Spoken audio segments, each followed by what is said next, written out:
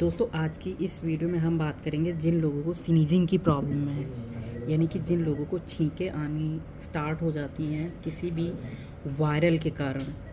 तो इस वीडियो में मैं आपको पॉइंट्स बताने जा रहा हूँ, किस तरीके से आपको लगाने हैं सीड्स, वो भी मैं इसी वीडियो में आपको बताऊँगा।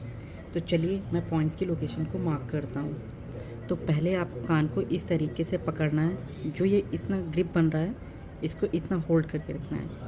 तो पॉइंट जो हैं ये मैं आपको मार्क करके दिखा रहा हूँ। ये जो है ये आपका एक्सटर्नल नोज़ का पॉइंट है और ये आपका इंटरनल नोज़ का पॉइंट है। तो दो पॉइंट्स पर आपको सीड्स लगाने होंगे। किस तरीके से सीड्स लगाने ये भी मैं आपको बता रहा हूँ। तो दोस्तों अब हम जानते हैं किस तरीके से आपको सीड्स लगाने हैं। तो पॉइंट्स आपको इस तरीके से सीड्स लेने होंगे और जिम्मी की सहायता से आपको लगाने होंगे। तो ये मैं आपको लगा करके दिखा रहा हूँ।